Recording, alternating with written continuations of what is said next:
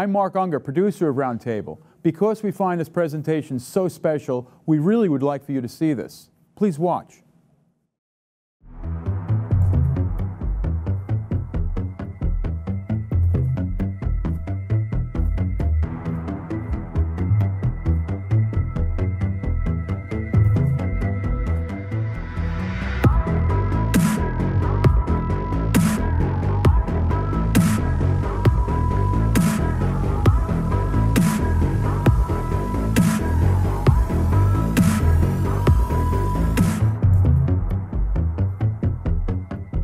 Welcome to Single Shot at Roundtable with Alex AG. Today we have an opportunity to speak with brilliant photographer, prominent writer, Carol Schaefer. We of course in this beautiful theatrical lobby, and we wanted to speak about her artistic path in general, her photographic path in specific, and catering to the name of our program.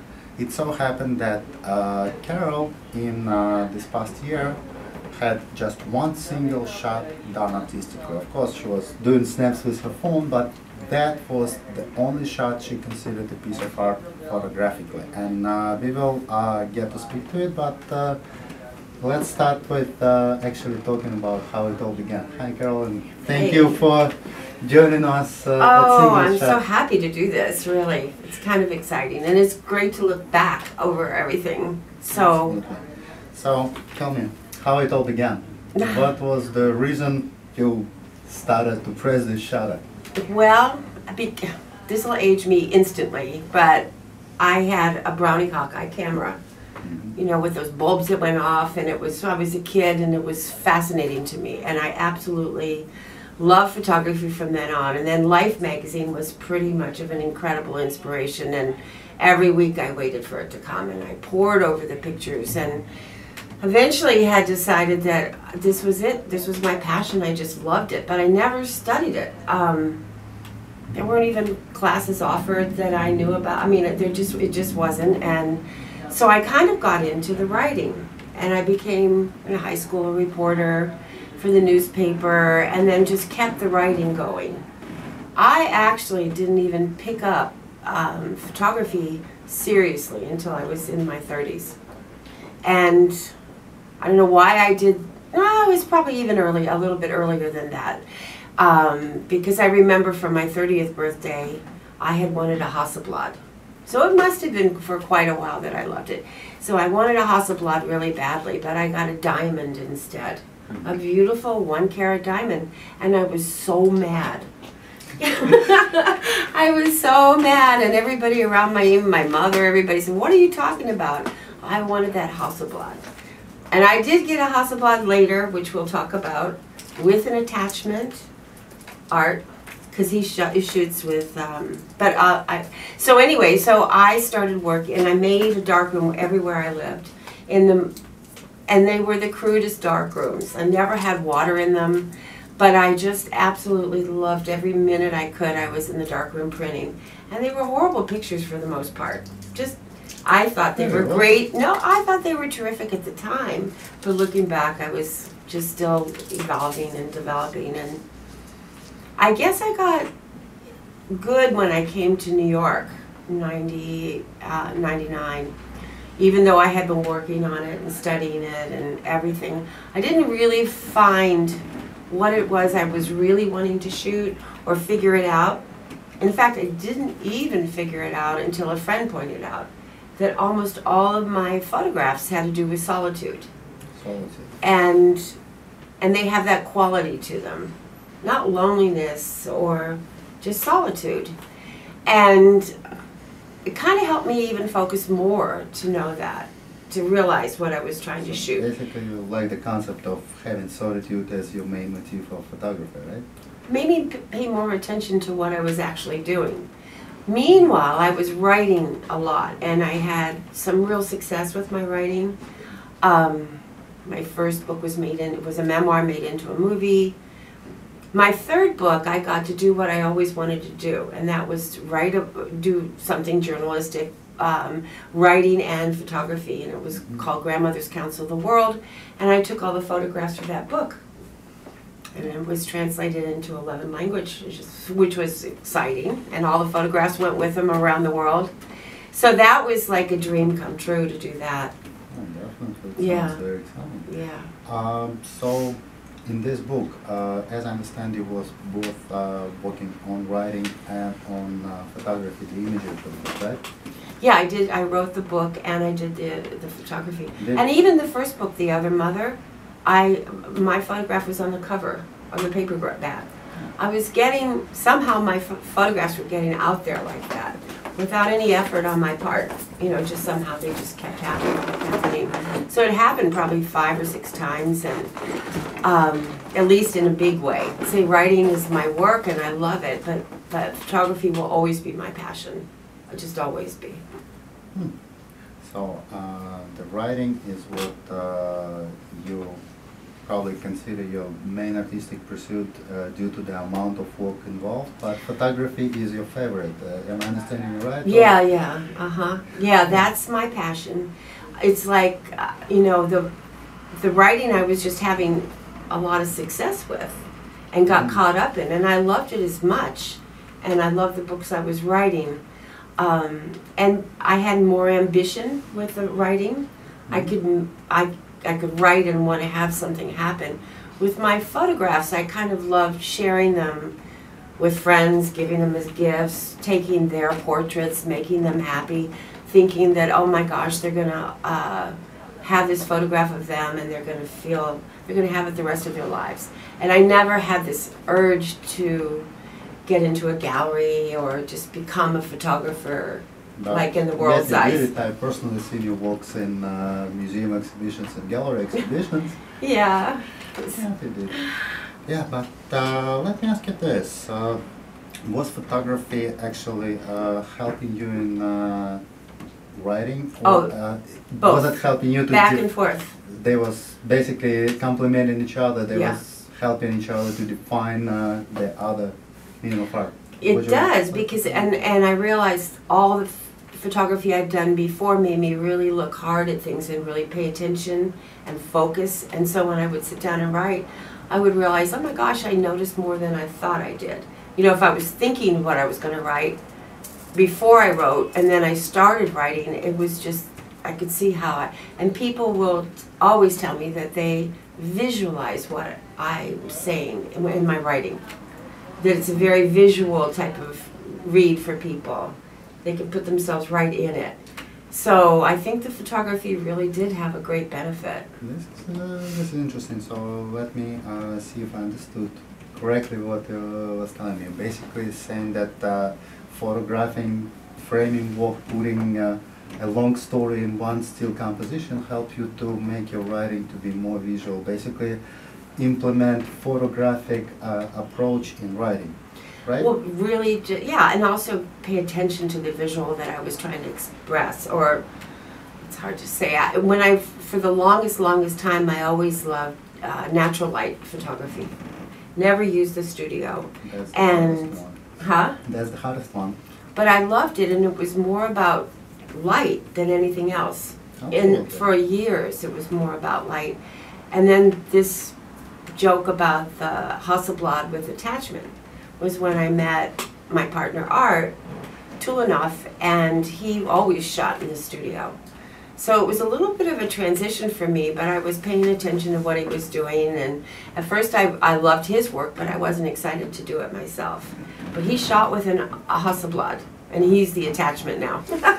So I got it after all these years, but now I enjoy the studio work as much. You can kind of tell a story and shape it exactly what you want instead of having it random with the light coming in and out behind the clouds. I mean, you just really have a lot of control. But I still love to do both. I love to. The work that I do in the studio has much more of that solitude quality to it. It seems like. So, as I understand, throughout this year, regardless of liking studio work, there was just one single shot that you basically ready to display to public as a result of your studio work, right? Yes, it's the only one I took all year, and it's just because, well, I was involved with a writing project, but also very much involved in caretaking, and so I never had the time to really get to the studio, think about what I wanted to do. I mean, I've been shooting with my digital camera, but that doesn't count to me. It's fun. I mean, I don't mean it in a bad way, but it wasn't what I was just trying to work hard to create. So I've been, restricted. And finally one time I got to the studio and I made this picture, and I love it. I really love it. And it made my life so much better. It opened up everything to just even be able to do that one shot. So you think this one shot is, in a way, summing up basically what was happening during the year? I don't know. We Art had found these puppets, and I was fascinated with them. So I kept thinking about them and thinking about them and thinking, what do I want to do? And then I did kind of put together this one photo that meant somehow very emotional to me. I love to create emotion with my photographs and my writing. I like to elicit some feeling or something in the viewer or something in the reader that touches their feelings. That's what I strive for.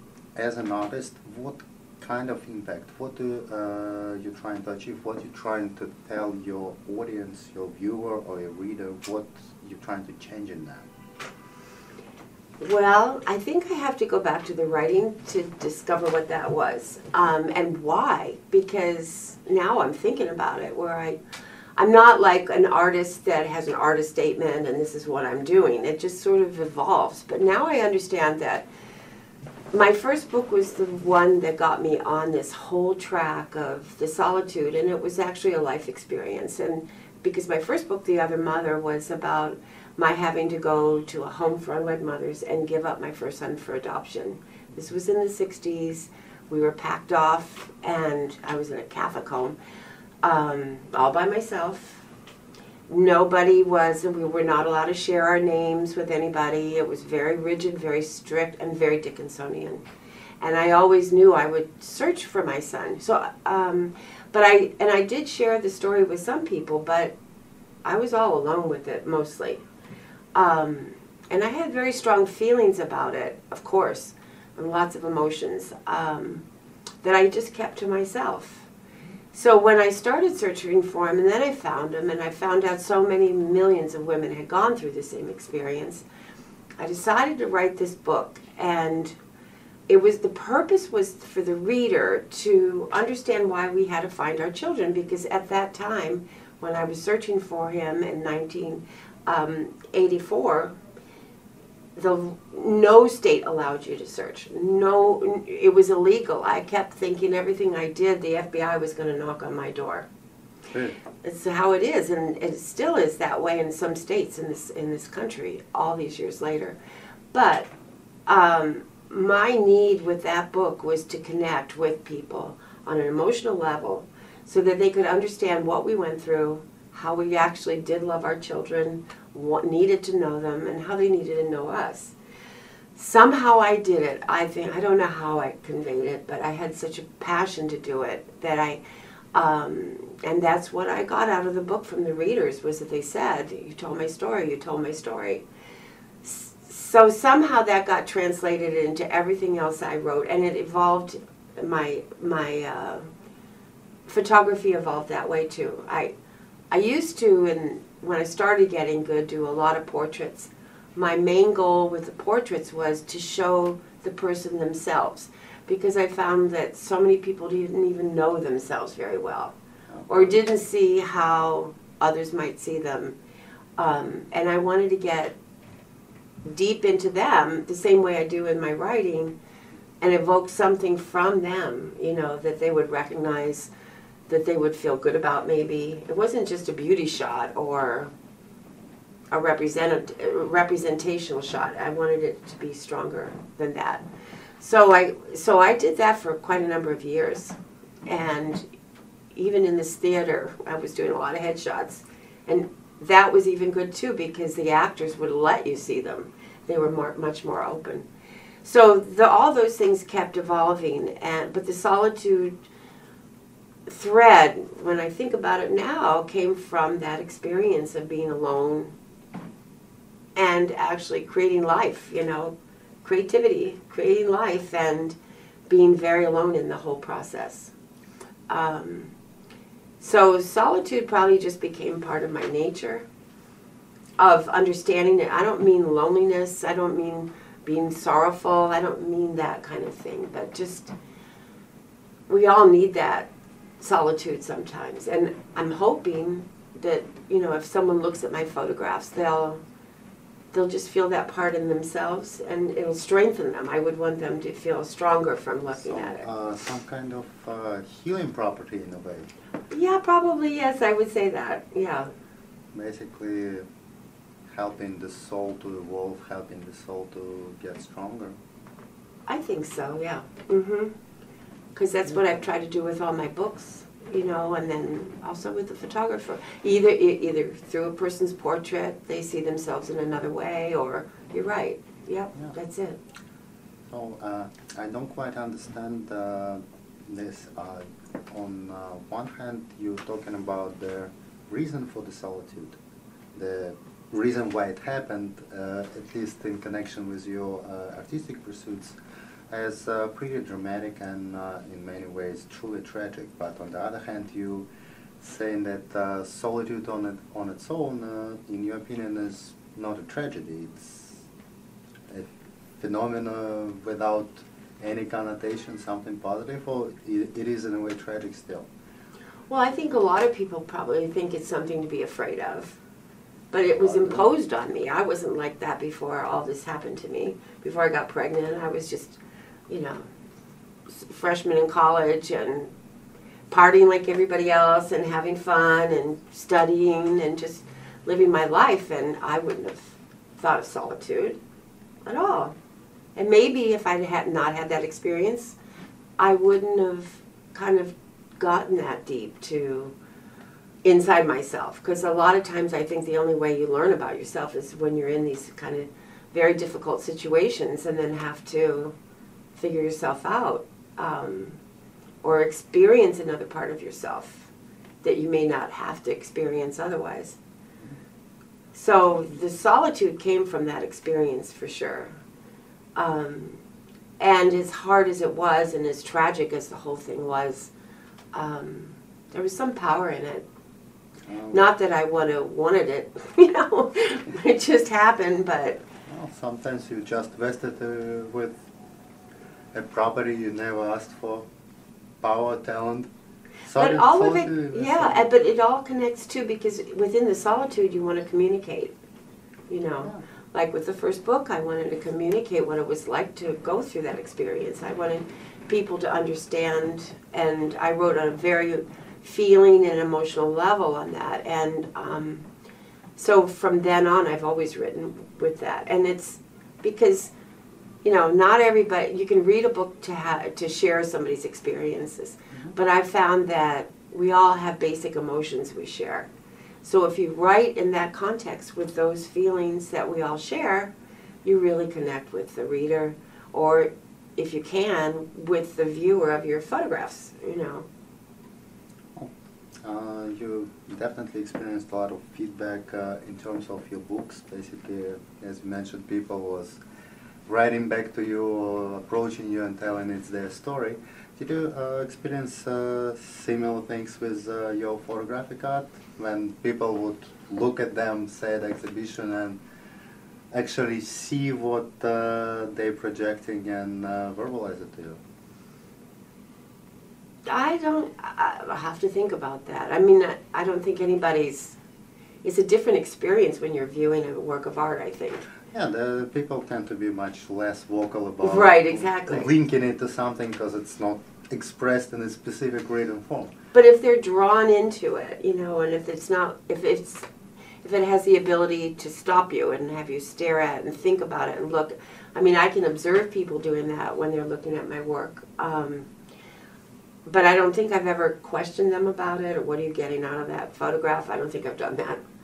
Oh, Everybody is I should have. Maybe that would have been very interesting. Maybe the next exhibition. Yeah, I'll try that. Oh, it's actually interesting subject we touched. The relationship between visual art and written art. Written art most of the time tends to be more concrete, more prone to actually provide a direct feedback and to be interpreted in one specific way. While photograph is, as a painting or a sculpture, gives so much room for interpretation that people sometimes are just afraid to express their understanding of it in fear that that would be so much different from what is expected from them. Oh, yes, I bet that's true. Right. So, as a writer, what would you say is the relationship between storytelling content of the photograph and its just visual, abstract, emotional impact? Well, when I look at photographs, I love to see a story in them. And that really appeals to me. I mean, there's other photographs that are nice. Oh, that's a nice sunset. That's a nice this or that. But sometimes you can really capture a mood, and then that evokes a feeling in the viewer or in me. And I love that part. They do tell stories in some ways. Yeah, they can. Not all photographs do, but Absolutely, yeah. But it's really kind of neat too when it does. Oh. What would you say is the key to actually telling a story with a picture? You succeeded in doing it with so many things, and even sometimes with a combination of simple objects, including this photo in question, the one where... The one photo this year? Yeah. Well, that one, you'll see the image of it, but it's, like I said, I was inspired by these puppets, but there's a quality to them that's sort of a sadness. And so the photograph, to me, was very melancholy. And I think anybody looking at it would think it's a very melancholy picture. And it does tell a story because in the frame, there's this woman who's reaching out to a man. She looks like she's a formal portrait, you know, like you do a formal portrait. But she's actually leaning out, and he's outside the frame of the frame. Not the frame of the picture, but the picture frame that she's in. And he's kind of looking straight ahead, and he's not even aware that she's reaching out towards him. And to me, that was, because these puppets had such expressions, I could do that with them. And that, to me, told a story about him, a story about her, you know, and also conveyed a feeling. You know, I think we have to still develop it. And, Absolutely. yeah. Now, they actually have a very interesting opportunity to compare two impressions of the same photograph, because for me, this work actually had a very strong feeling of carnival. Of what? The Venetian carnival. Oh, and carnival. not just by the aesthetics, by the air of mystery, of innuendo, of untold words. And Yeah. I didn't see it as the female character actually being interested in reaching out but not reaching out, more like actually trying to make the male character to pay attention without her actually expressing it, more of being flirtatious or coquette. So, there, I told another story already. yeah, and that's Now we have exactly two from the stories. same image, I'm sure, yes. That's great. But both of them definitely have this air of mystery to them, the air of something going on the surface, and at the same time, most of it like most body of the iceberg hiding under. Mm-hmm. That's definitely I want to do more with Interesting. them if I ever get time. I really would love to do a whole series. So you think it's, besides being a series of events that led to just one shot being in the portfolio for this year, do you think it in a way was meant to be? Do you think this portrait in a way is a pinnacle of reflections for some period of time and it summarizes something, or it just happened to be like this? What would Well, you for say? me, I think since I've done studio work, the only ones that I really, I won't do it until I have a lot of feeling myself around it. It's not like, I don't like things that are clever. You know, you can put things together and they're very clever and that's pretty cool. But it has to draw me emotionally, whatever I'm thinking of doing. It has to have a strong feeling for me first. And then maybe I'll have the feeling first and then try to find the image that'll convey the feeling.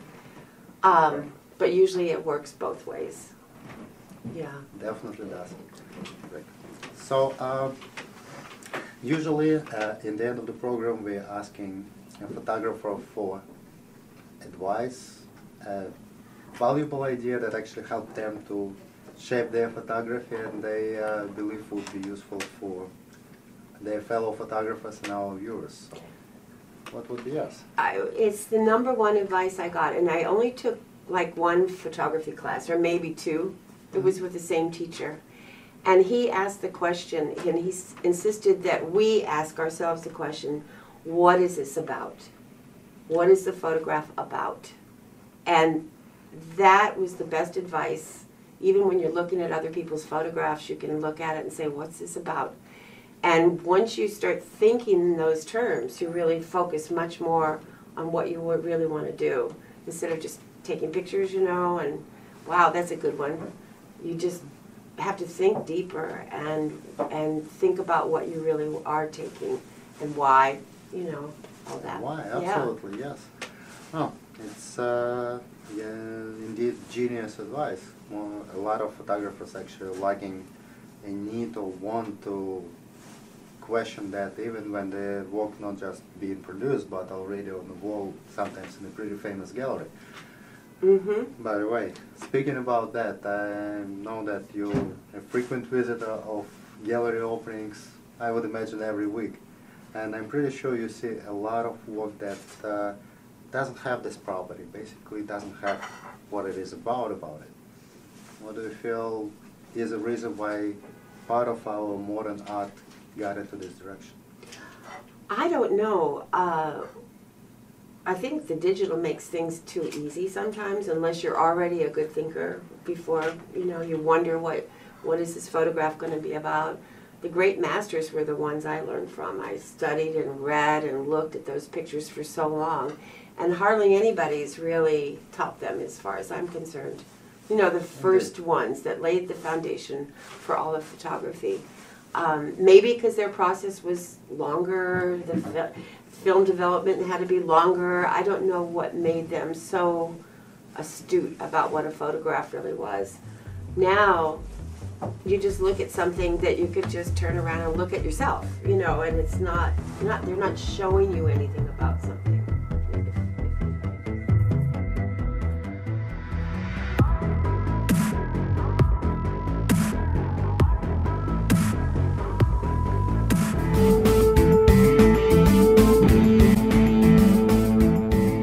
I hope you found that worth watching as much as I did. I'm Mark Unger for Roundtable. Thanks for watching.